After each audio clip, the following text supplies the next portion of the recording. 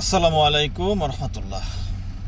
আমিরে জামাত খালেদা জিয়া এবং তারেক জিয়ার সাথে সাক্ষাতের পরে বাংলাদেশের রাজনীতিতে একটা আলোচনার সৃষ্টি হয়েছে। তারপরে আমিরে জামাতের ওইখান থেকে সাক্ষাতের পরে একটা বক্তব্য দিয়েছেন যে আমরা আগামী রমজানের ঈদের আগেই রোজার আগেই নির্বাচন দেখতে চাই, নির্বাচন যাতে হয়। এটা নিয়ে বিএনপি ভিতরে অথবা জামাতের বা সাধারণ মানুষের ভিতরে একটা ধারণা তৈরি হয়ে গেছে, মনে হয় নির্বাচনী জোট বিএনপি জামাতের মধ্যে হয়ে গেছে, তাদের সাথে জোট হয়তো হয়ে গেছে, অনেক কথাবার্তা হয়েছে, এমন অনেকে ভাবে। দেখেন, আসলে বিষয়টা এমন মোটেও না। কারণ হয়েছে, আমিরে জামাতের একটা স্বভাব হচ্ছে যে যদি আমরা বিগত দিনে দেখছি কোনো প্রাকৃতিক দুর্যোগ হইলে, কেউ অসুস্থ হইলে উনি নিজেই ছুটে যাইতেন।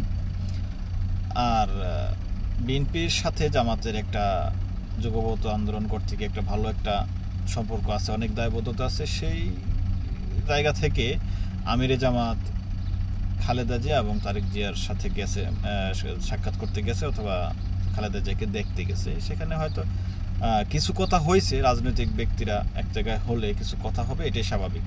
কিন্তু জোট হবে, তারপরে বিএনপির নির্বাচনের চাওয়া সেটার সাথে সুর মিলাইয়া জামাতকে বলতে হবে, এরকম কোনো কথা না। হ্যাঁ, অবশ্যই যদি প্রাসঙ্গিক হয় তাহলে নির্বাচন যদি প্রাসঙ্গিক হয় তাহলে বিএনপি চাইলে জামাত সেটা চাইতেই পারে, এটা কোনো আহামরি কিছু না। এটাকে যেভাবে অনেকে মনে করতেছে যে একটা কিছু হয়ে যাবে, তেমন কিছু না, এটা খুবই সিম্পল ব্যাপার। আর আরেকটা বিষয়, এই পরশু দিনই এই খবর শুনতে পেল যে পত্রিকায় দেখা গেছে যে ভারত বিএনপিকে সব ধরনের সহযোগিতা করবে যদি জামাতের সাথে ওরা সম্পর্ককে ছিন্ন করে, জামাতকে যদি মাইনাস করে, জামাতকে যদি বাদ দেয়, তাহলে বিএনপিকে সরকারে আসলেও তাদেরকে সাহায্য সহযোগিতা করবে এবং যাওয়ার জন্য যা যা করার দরকার তা করবে। অর্থাৎ একজন শুভাকাঙ্ক্ষী বা খুব ভালো একজন সঙ্গী পাবে বিএনপি ভারতকে। তো এখন এটা অনেকেই বিএনপি স্বীকার করে না, কিন্তু নিউজ যেহেতু হয়েছে তাহলে এটা সত্যতা অবশ্যই আছে। আর বিএনপির অনেক নেতাকর্মী আছে যারা ভারতের সাথে দায়বদ্ধতা, নিজের সুরে কথা বলতে পারে না, ভারতের বলিতেই তারা কথাবার্তা বলেন। এটা আমরা দেখেছি যে 5ই আগস্টের পরে।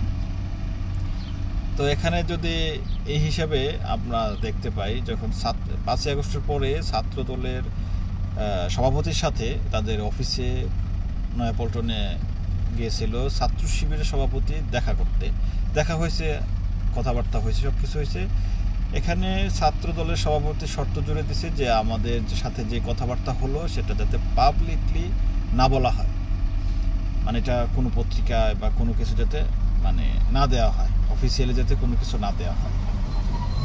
তারপরে খালেদা জিয়ার সাথে যে দেখা করতে গেছে আমিরে জামাত, সেটার ব্যাপারেও বিএনপির অফিসিয়ালি বলে দেওয়া আছে যে এটা আপনারা এটা প্রচার করবেন না, অফিসিয়ালি বা পাবলিকলি প্রচার করবেন না যে খালেদা জিয়ার সাথে জামাতের আমিরের কথা হয়েছে, বৈঠক হয়েছে, এই ধরনের আলোচনা যাতে না শোনা যায় পরবর্তীতে। তো এটার মানে হচ্ছে খুব সহজ যে বিএনপি চায় যে ভারতকে অন্ততপক্ষে দেখানো যাতে আমরা জামাতকে চাই না বা জামাতের সাথে আমাদের কোনো কানেক্টিভিটি নাই।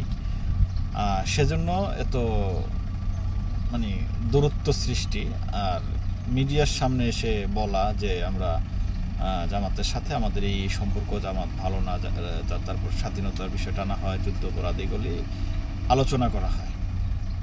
তো এটাই রাজনীতি, যে বাংলাদেশের যে রাজনীতিতে ভারতের প্রভাবটা কাটাতে খুবই সময় লাগবে এবং হবে। 2 দিন আগে আর পরে ভারতের কোনো রেসপন্সিবিলিটি থাকবে না। তো এটা একটু সময় নেবে। বিএনপির ভিতরেও ভারতের যে চিন্তাভাবনা, ভারতীয় এজেন্ডা আছে, সেগুলি বের হতে সময় লাগবে। সেগুলি যদি ফিল্টারিং করা হয় তাহলে বিএনপির পজিশন ভালো হবে।